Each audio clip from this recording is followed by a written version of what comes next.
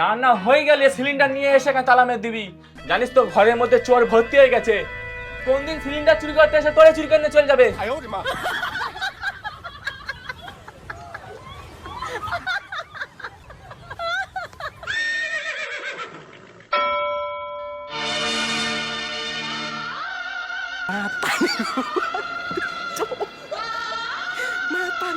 এ ভাই তুই কি করলি?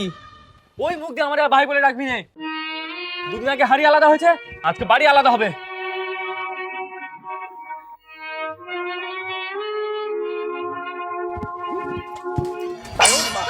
এই নে তোদের যত যা জিনিসপত্র ছিল সব তোদের ফেরত দিয়ে দিলুম।